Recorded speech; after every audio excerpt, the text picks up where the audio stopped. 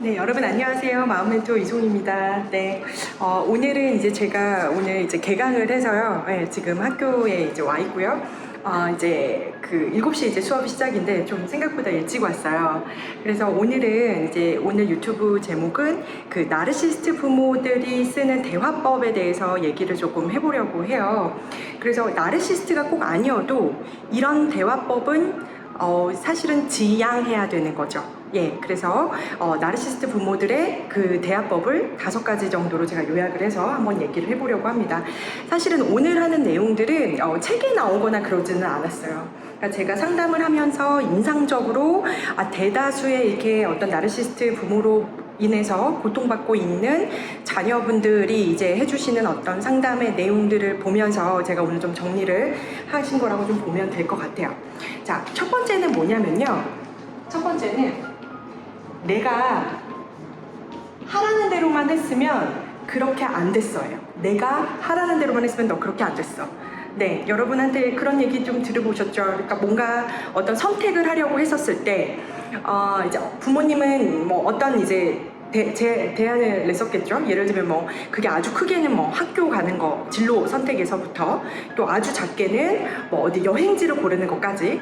그런데 부모님이 딱 이렇게 얘기해요. 너 아이고 봐라. 근데 그게 어떤 선택에 있어서 내가 원하는 선택을 했던 거예요. 근데 결과적으로 그게 좋지 않았어요. 근데 그거에 대해서 부모가 이렇게 얘기하는 거죠. 거봐라 너. 내가 하라는 대로 했었으면 너 그렇게 안 됐었어. 에이그. 이런 얘기들이에요.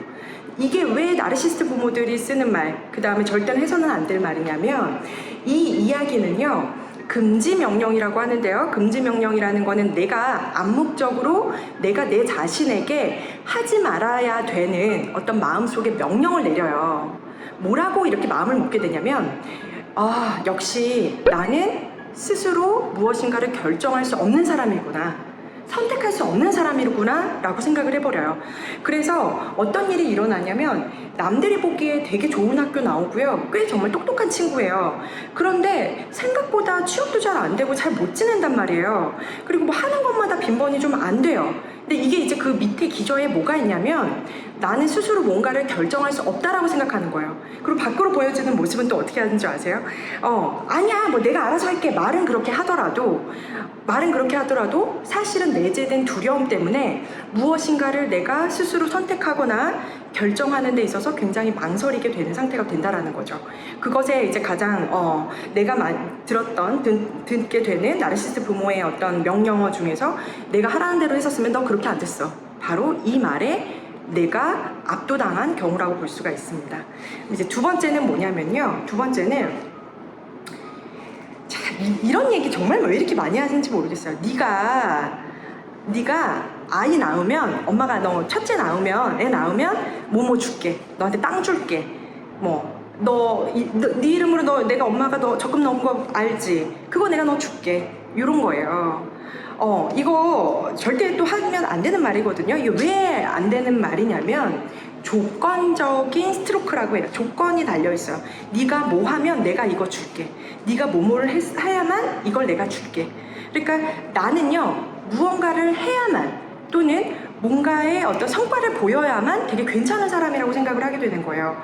그래서 이거에 완전히 또 압도당한 분들은 어떻게 돼요? 뭘 꼭 해야만 하는 거예요. 내가 이거에 대해서 증명해 보이려고 한다는 거죠. 단순하게 아이 낳는 거 가지고만 나르시스트 부모들이 했었을까요? 어렸을 때부터 그랬을 거예요.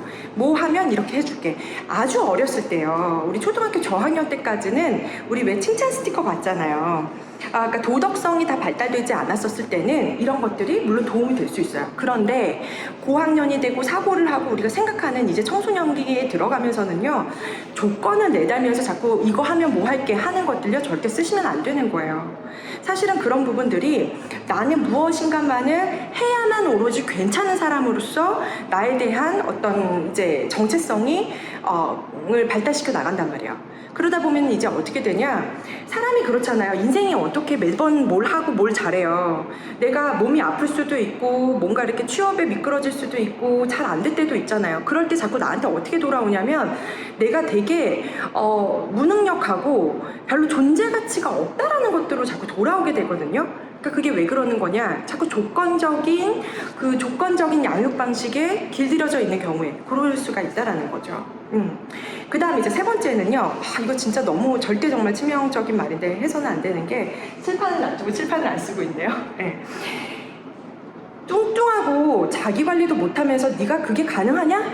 이런 거요. 그러니까 이거에 정말 압도되신 분들은 어떤 말을 하냐면 엄마가 하는 말이 맞기는 맞대요. 자기가 살도 못 빼고 뚱뚱하고 뭔가 자기 관리도 안 되는데 과연 내가 어떤 직장 생활이 가능하겠냐 이 말이 맞다는 거예요. 근데 사실 그게 맞아요?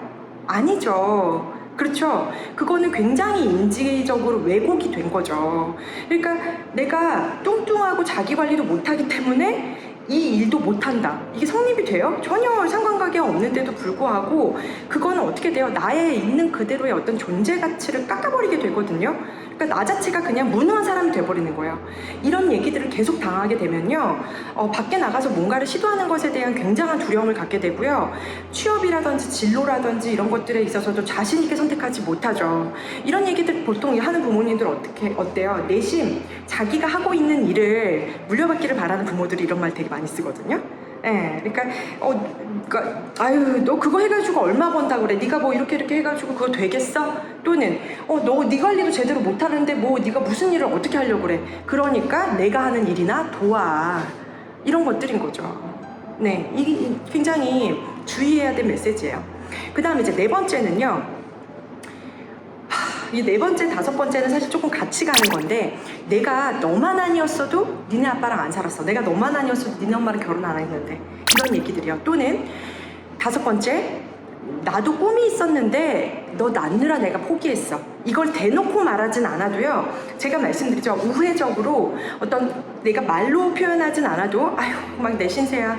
나도 사실은 뭐 꿈이 있었는데 너 낳고 이렇게 하느라고 내가 이렇게 포기하면서 이렇게 살게 됐네 뭐 이런 것들 막 한탄하고 항상 슬퍼 보이고 엄마는 늘 외로워 보이고 막 이런 것들이 그러면은 자녀들 입장에서 그게 어떻게 돼요?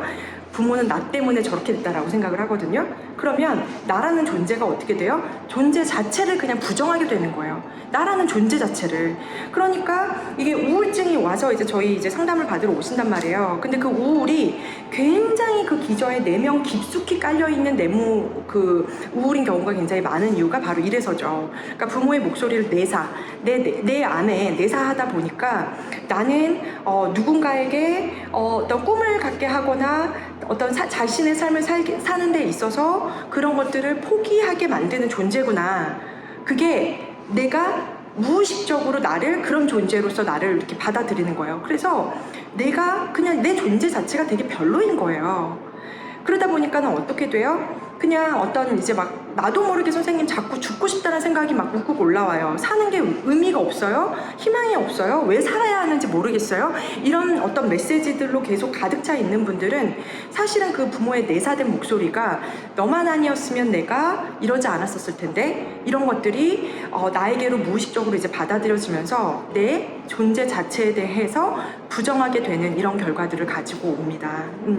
그래서 오늘 이제 유튜브의 이제 주제는 우리 부모가 나르시스트의 어떤 대화법에 대해서 이제 5가지로 얘기를 했는데 여러분 이 강의 왜 하는 거예요? 이 내용들을 만약에 우리 부모가 정말 자주 했었다. 그런데 내가 요즘에 살고 싶지 않고 또는 막 극단적일 때는 또는 사는 게 의미가 없고 또는 무엇인가를 선택하거나 결정하려고 할 때 그걸 자꾸 망설인다. 그러면 이 목소리가 내가 내 안의 목소리로 자리 잡았을 확률이 되게 높습니다. 그래서 그거를 객관적으로 다시 보시고 알아차리고 그 다음에 거기서 빠져나오는 거 우리 같이 연습해야 되잖아요. 그래서 오늘 이제 강의 준비한 거고요. 네, 여러분 제가 늘 하는 말 있죠. 우리 세상에서 하나뿐인 존재예요. 그죠? 예, 부모는 나도 내가 아니에요. 그죠? 부모는 내가 아니란 말이에요.